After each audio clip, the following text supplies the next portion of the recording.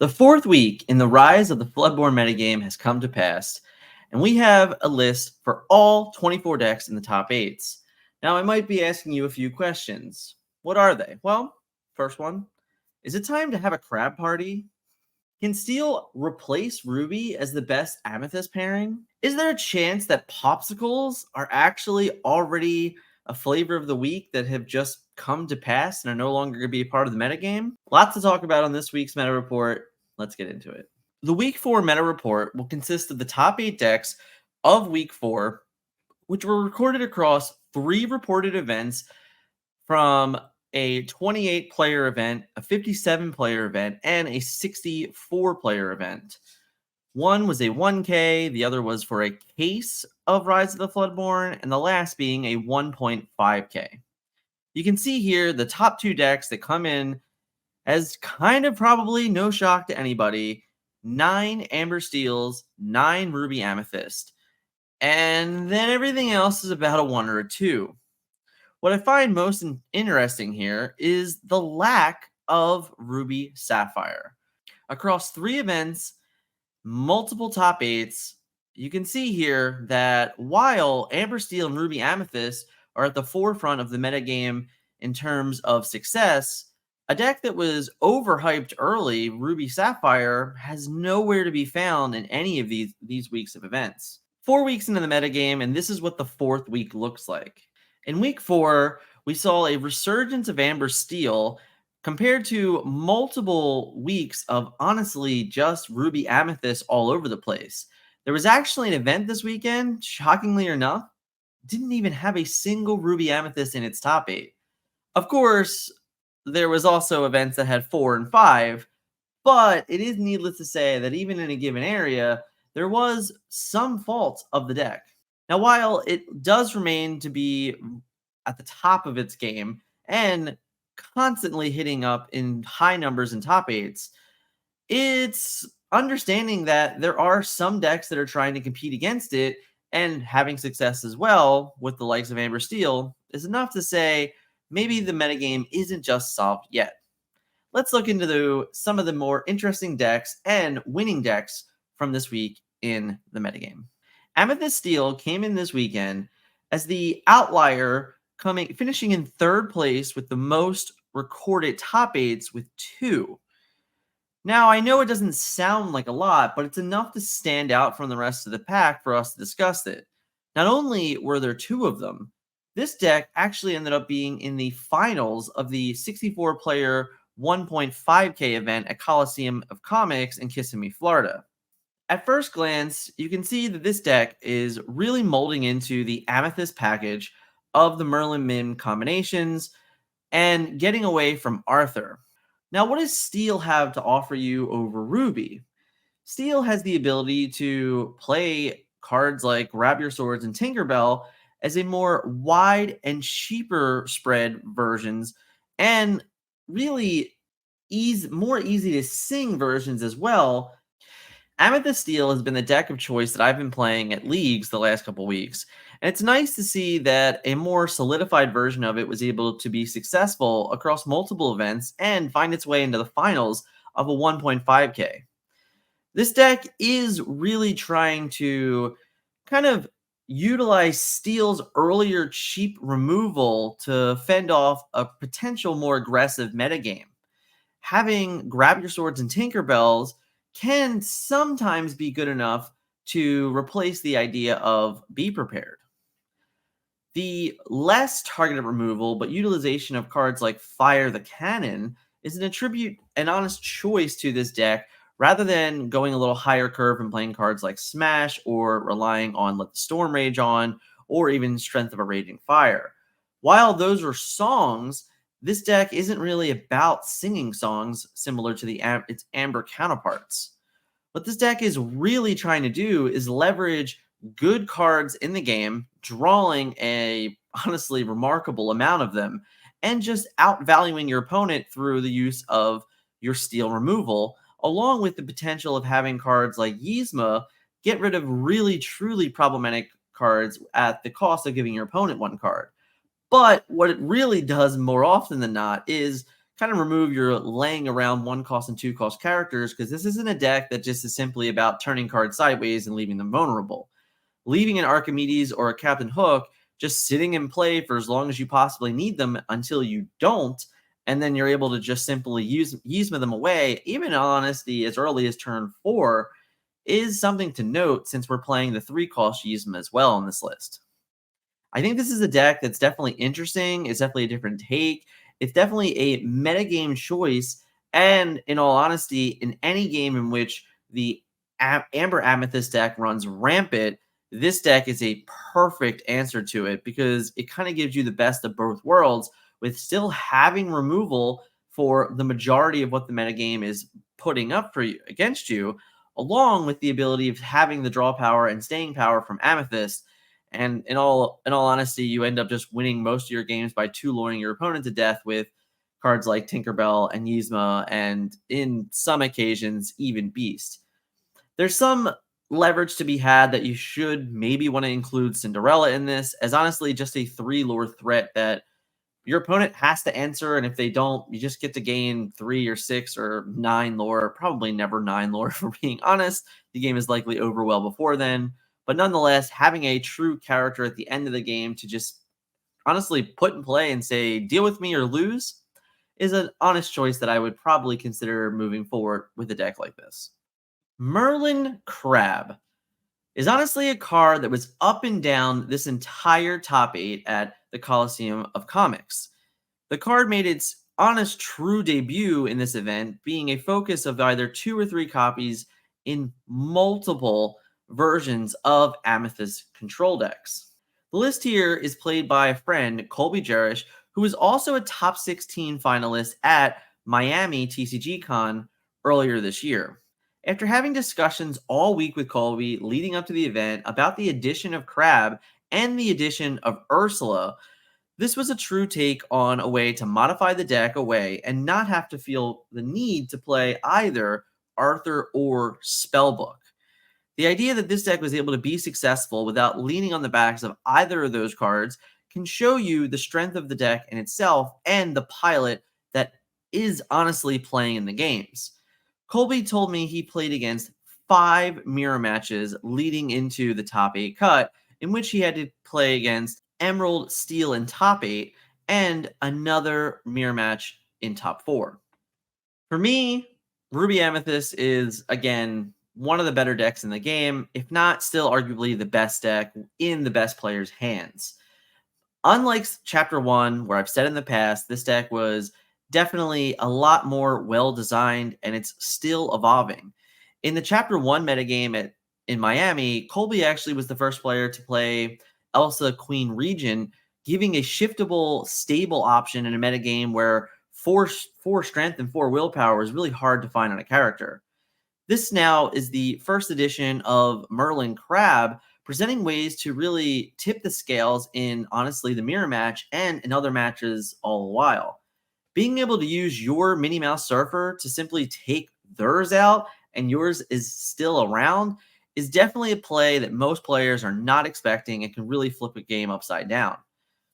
After speaking with Colby about the list and about his event, I do think that this deck is far from done, and you can easily make another 5 to 10 changes in it to honestly adapt even further to where the metagame is. Huge shout out to Colby for finishing in the finals of this event. Always a pleasure talking and getting his insight. Definitely helpful in honestly in any way when I'm doing reports like this to discuss key card differences such as Merlin Crab. Let's get into the next deck. Amber Ruby took second place at the 1K at the Cerberus Den. The player Chad brought in his Amber Ruby deck, and from my understanding in the Discord, Chad played remarkable through the entire event, and honestly, nobody seemed very shocked to where he was, coming up just short in the finals. This deck looks to be an evolved form of the successful deck from the top 24 at Miami TCG Con, featuring Lanterns, Maleficents, Carefree Surfers, and Rockstar, with now the new addition of threats such as Lady Tremaine and the legendary Mufasa from Rise of the Floodborn. With the addition of having Queen and Doc as well. While a lot of the cards in this deck are quite new, it is interesting to note that what this pairing does is potentially brings out the best version of Rapunzel. Rapunzel, who is finding her way out of most Amber Steel lists because of the inefficiency of being able to utilize Healing Glow to draw cards, we now have the ability to have characters sick in play and utilize Rapunzel's ability. Mother Gothel being able to just enter play with 3 damage turns into a potential late game threat of pay 6 resources for 3 lore worth of characters and immediately draw 3 cards back while putting 9 willpower in play. Of course, the utilization and threats of Zimba and the Queen, along with Stitch, will constantly add pressure to your opponent of ways for you to win the game. However, the addition of Lady Tremaine, I think, is one of the bigger standouts in this deck. Now having the ability to have Maui, Lady Tremaine, and Maleficent gives you the potential to not even have to play Be Prepared. Having enough single target removal to hold off the field, along with the addition of the Queen when necessary as well, is plenty of ways to keep the control in your favor, along with pressuring the game along the way. This deck, from turn 3 on, shies away from nothing but either 2 or 3 lore characters, and the final edition, of course, Maui, as your kind of trump card to any threat that may be in the way of you having your best chance of success in a given game. Amber Ruby was definitely a deck that was on the rise at the end of Chapter 1 metagame. Given a little more time, you might have seen even more success from the deck. So, getting into the first month and seeing this deck already finish in a finals of a runner up of a 1K is honestly a good sign for the yin combination and fans of it.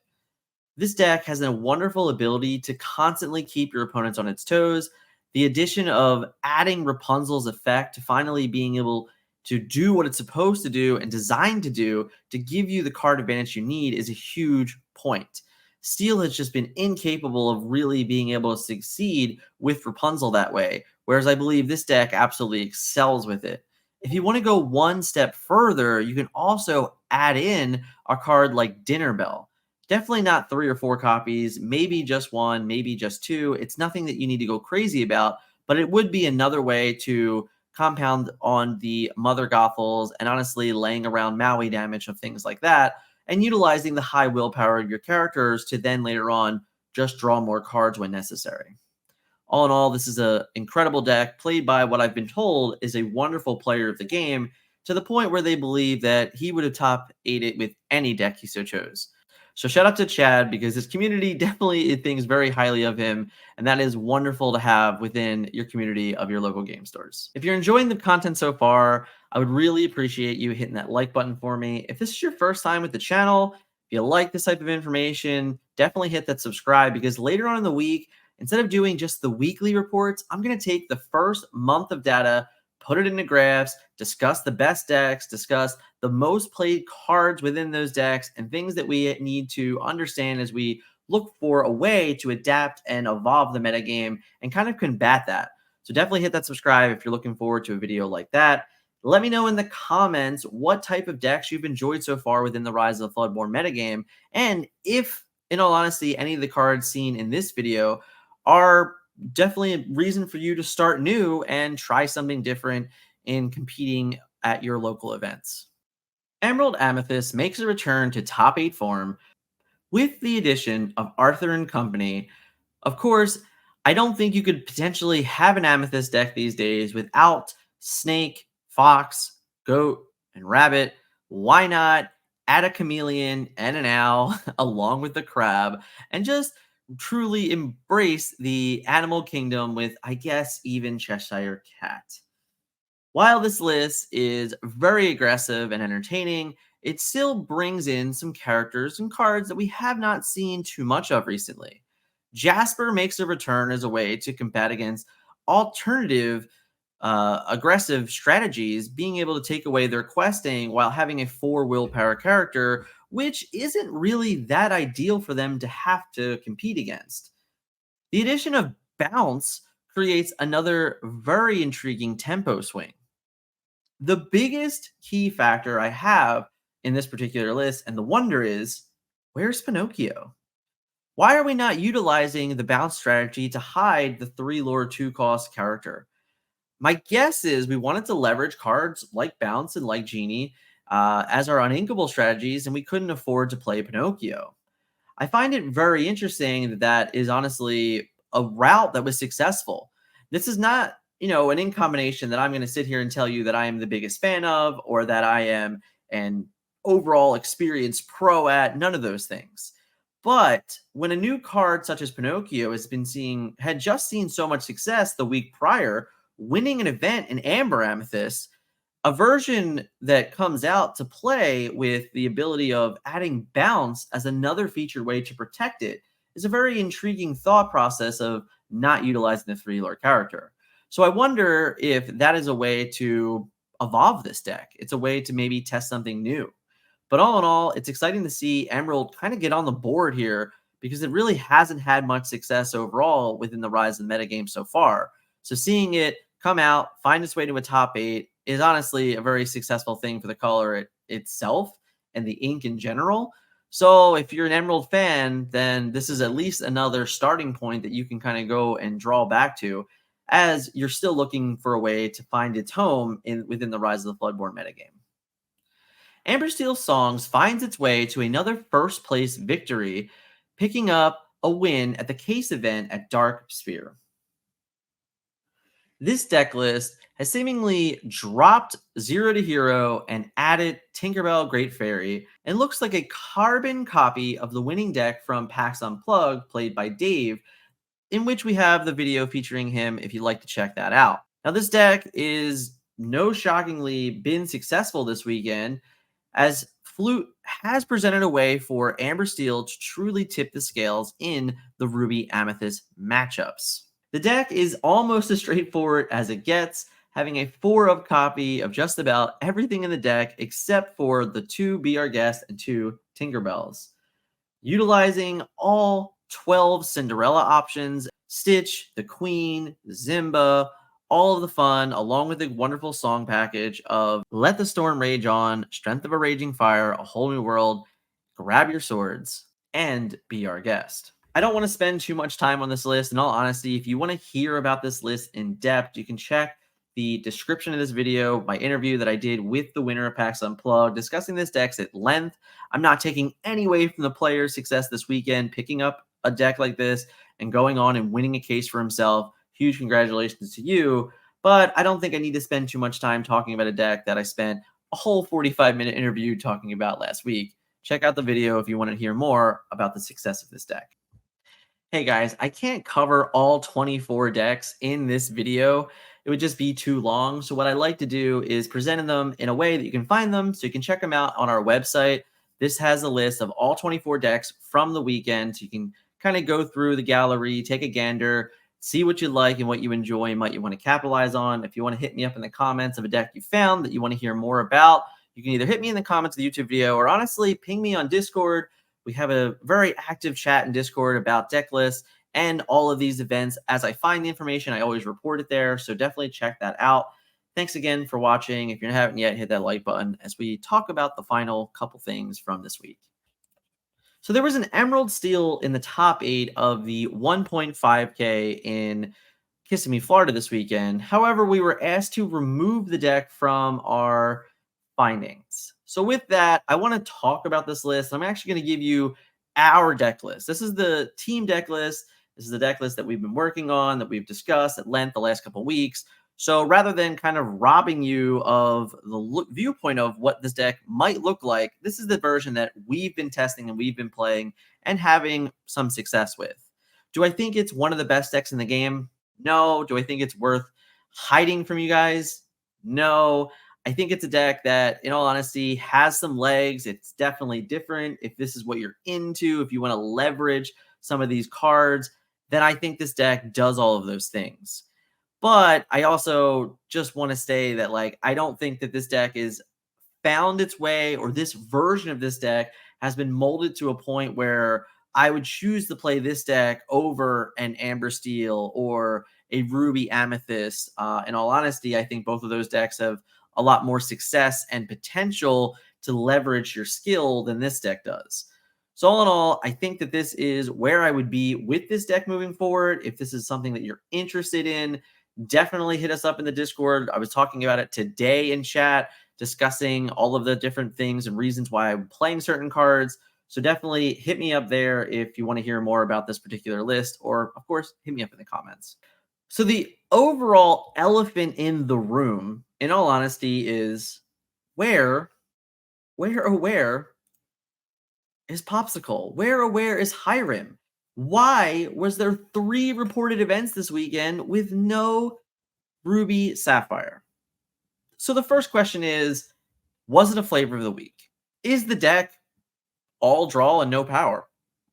Is the deck similar to Lemon Lime of Chapter 1, where there was so much built upon hype, but in the end, so very little success? Honestly, I think it's very hard to say. But what I can say for certain is that most of the reported lists that I've seen for this deck haven't adapted. They haven't evolved. They're just relying on what the tricks of the trade were before, honestly, even the most like first reported events, but specifically after PAX Unplugged and after GalaxyCon and the all of the numbers coming out from those events, seeing 10 Ruby Sapphire decks at GalaxyCon and probably another 5 to 7 at PAX Unplugged, only having 1 each or 0 in top 8s, is definitely starting to honestly just tell you that this deck might not be there, or it's definitely not as powerful as everyone was once believed it to be. I think that there's a good chance that there is a version of Ruby Sapphire that will still be a contender within the metagame. Anything that has this much potential to draw that many cards just needs to find the right cards to be drawing. And right now, I think we've been leveraging some different things that just aren't really that good or that necessary into the metagame, like trying so desperately hard to play a turn 5 be prepared really is just a way to like reset the game, but after you reset the game, you didn't have any way to pressure or win the game. So when you start considering those things, then you need to evolve and adapt and just move forward with the game rather than keep moving backwards. So while I think this was a bad week for Popsicles, I don't think the deck is out of the water. I don't think it's drowning, I should say. I think that there is a chance that it can get back up, put a life vest on, and make some success further on within the Rise of the Floodborn metagame. We'll just have to see, who is willing to put the effort in and what time could actually do to heal the wounds of this deck that it's been definitely trying to take care of the last few weeks. 24 decks to look over this week. In all honesty, some of them were very intriguing, but some of the cards that really stuck out were Merlin Crab. That's a card that really stuck out in a big way. I thought it was very interesting. I thought it was a very, honestly, solid adaptation of even the mirror match. The lack of Arthur in a top 8 for the Kissimmee, Florida event at Coliseum of Comics was another thing to note. There was no Ruby Amethyst that played Arthur in that deck in those events. The surprising concept that you actually don't need Arthur or Spellbook to have a good Ruby Amethyst deck. You can just leverage good cards and leverage more consistent cards along the way to really pressure opponents into victory. And of course, outplaying opponents will always help and go a long way as well. The idea that we have several new Emerald decks to kind of at least give a chance to in the metagame, showing success at top 8s is definitely a good starter point for moving forward with deck list and giving other players the ability to kind of evolve and adapt the deck list for themselves and just see what happens within a given metagame with just sheer information. I think it's a really interesting point we're at right now this weekend, having so many Amber Steel decks be successful, seeing an event without a Ruby Amethyst in top 8. It's a lot of things going on. It's a lot of things to track. And because of that, I definitely want to say, if you're interested in stats like this, if you're interested in looking up the full, the full scope of the information, then you're going to definitely want to check out our next video, which is going to be covering all 4 weeks of the reported metagame from everything that we have seen and all the events that have been posted. And I'm looking forward to truly getting into that information. Definitely don't forget to hit subscribe if you're interested in those things. If you haven't yet, smash that like button. And of course, as always, thank you so much for watching and all the support. We'll catch you guys in the next video.